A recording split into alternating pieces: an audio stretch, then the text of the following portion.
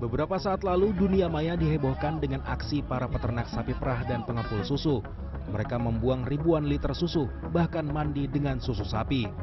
Hal tersebut dilakukan sebagai bentuk protes mereka kepada industri pengolahan susu yang lebih mengutamakan susu sapi luar negeri dibandingkan menyerap susu hasil perahan peternak lokal.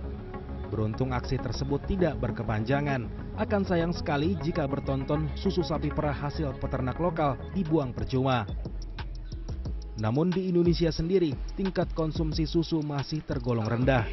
Merujuk data Badan Pusat Statistik, tingkat konsumsi susu per kapita masyarakat Indonesia selama 5 tahun cenderung stagnan, yaitu sekitar 16 kg per kapita per tahun. Jika dibandingkan dengan negeri jiran Malaysia, sudah ada di angka 40-an kilogram per kapita per tahun. Juga Indonesia masih berada di bawah konsumsi susu negeri Gajah Putih Thailand sekitar 25 kg per kapita. Padahal terdapat banyak manfaat dalam segelas susu karena mengandung kalori sekitar 150 kilokalori, protein 8 gram, dan 11 gram karbohidrat. Susu juga kaya akan mineral seperti kalsium, fosfor, magnesium, dan zat besi. Kemudian terdapat lemak, omega 3 dan 6, juga beragam vitamin mulai A, B, D, hingga vitamin K. Selain itu, susu juga mengandung prebiotik yang baik untuk pencernaan.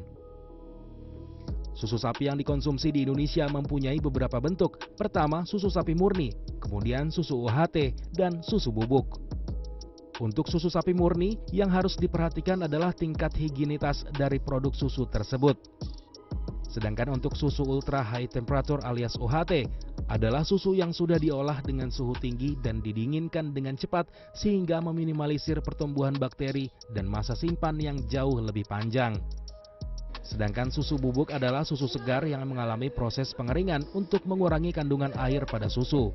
Dengan kandungan air yang rendah, membuat susu bubuk bisa disimpan cukup lama di suhu ruang dan tidak rentan mengalami kerusakan.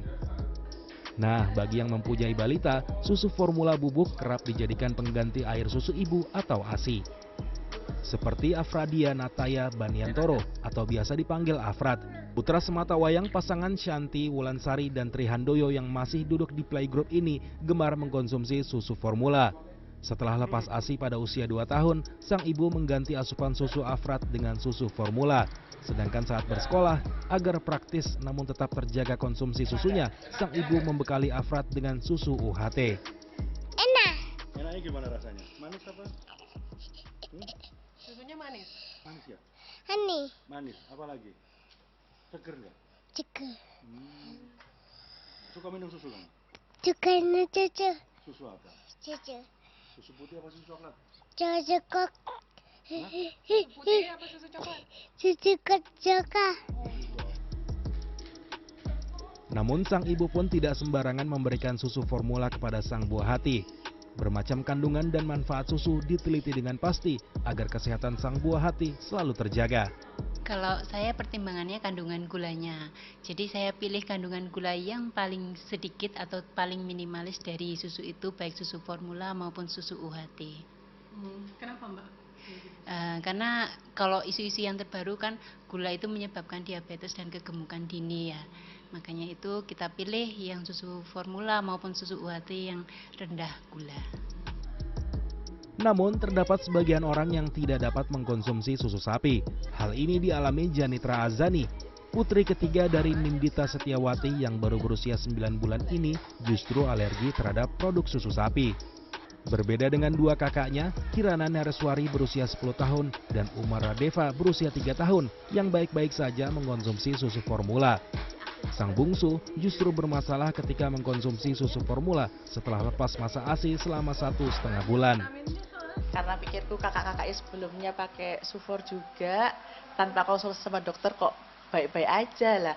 Kebetulan janin ini kok langsung keluar beruntusan di muka sama di seluruh badan. Terus aku ke dokter ternyata dia alergi. Jadi dia dikasih yang kayak soya gentle care gitu sama dokternya. Ya alhamdulillah setelah ganti gentle care itu janinnya udah nggak beruntusan lagi sih, udah cocok sampai sekarang ini. Alergi susu formula pada bayi bisa terjadi karena beberapa hal. Menurut dokter spesialis anak dari Rumah Sakit Ibu dan Anak Lombok 22, Reza Ranuh, salah satu penyebabnya adalah reaksi dari kandungan proteinnya. Namun reaksi alergi ini bersifat individual. Besaran molekul protein tersebutlah yang memicu reaksi berbeda-beda pada tiap anak. Karena berat molekul dari protein itu besar, itu gampang sekali timbul reaksi alergi pada anak. Ya, sistem imunnya perlu berkembang pada awal-awal kehidupan itu ya. Sehingga kadang-kadang bayi baru lahir misalnya, sering sekali memberikan reaksi terhadap susu formula. Merah-merah, biduren, gatal di muka, di kulit-kulit bagian yang lain. Biasanya dokter akan men-switch susu formula tadi, milih susu dengan kandungan asam amino yang lebih kecil molekulnya. Gitu ya. Dengan molekul yang lebih kecil, maka reaksinya diharapkan berkurang. Tapi kalau dengan molekul yang lebih kecil masih tetap, maka dia harus diberikan susu yang murni asam amino. Kendala utama susu murni asam amino ini adalah harganya yang tidak murah. Namun biasanya reaksi alergi ini sifatnya hanya sementara.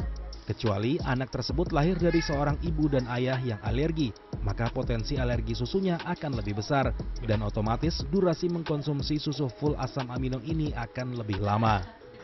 Gancar Wicaksono, Surabaya, Jawa Timur.